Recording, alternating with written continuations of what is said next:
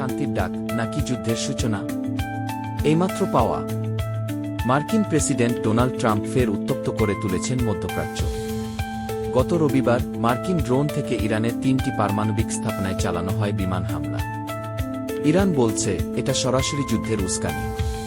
White হাউসের দাবি এটি ছিল প্রতিরক্ষামূলক পদক্ষেপ, কিন্তু বিশ্লেষকরা বলছেন এটি একটি রাজনৈতিক শক্তি প্রদর্শন মাত্র।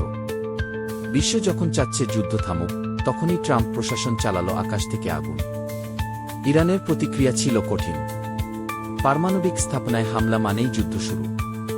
তাদের স্পষ্ট ঘোষণা, আমরা শান্তি চাই, কিন্তু মাথা নত করে নয়। এদিকে আমেরিকার ভিতরেই ফেটে পড়েছে প্রতিবাদ।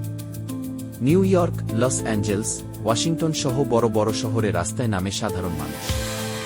তাদের হাতে banner, Trump is a killer, stop war with Iran, no more blood for power. এই প্রতিবাদ এখন ছড়িয়ে পড়ছে সামাজিক মাধ্যমে। বিশ্লেষকরা বলছেন একদিকে ইসরায়েল শান্তির কথা বলছে, অন্যদিকে যুক্তরাষ্ট্র পারমাণবিক স্থাপনায় হামলা চালাচ্ছে। তাহলে প্রশ্ন, এটা কি শান্তি আনার প্রচেষ্টা, নাকি একটি ভয়াবহ যুদ্ধের সূচনা? বিশ্ববাসী আজ উদ্বিগ্ন। ইরান বলছে আমরা আগ্রাসনের জবাব দিতে প্রস্তুত, আর আমেরিকার রাস্তায় তরুণরা বলছে আমরা যুদ্ধ চাই না, আমরা জীবন চাই।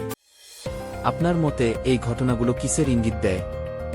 শান্তি না আরও এক রক্তাক্ত অধ্যায়? কমেন্টে জানান আপনার মতামত, এবং এমন আপডেট পেতে চোখ রাখুন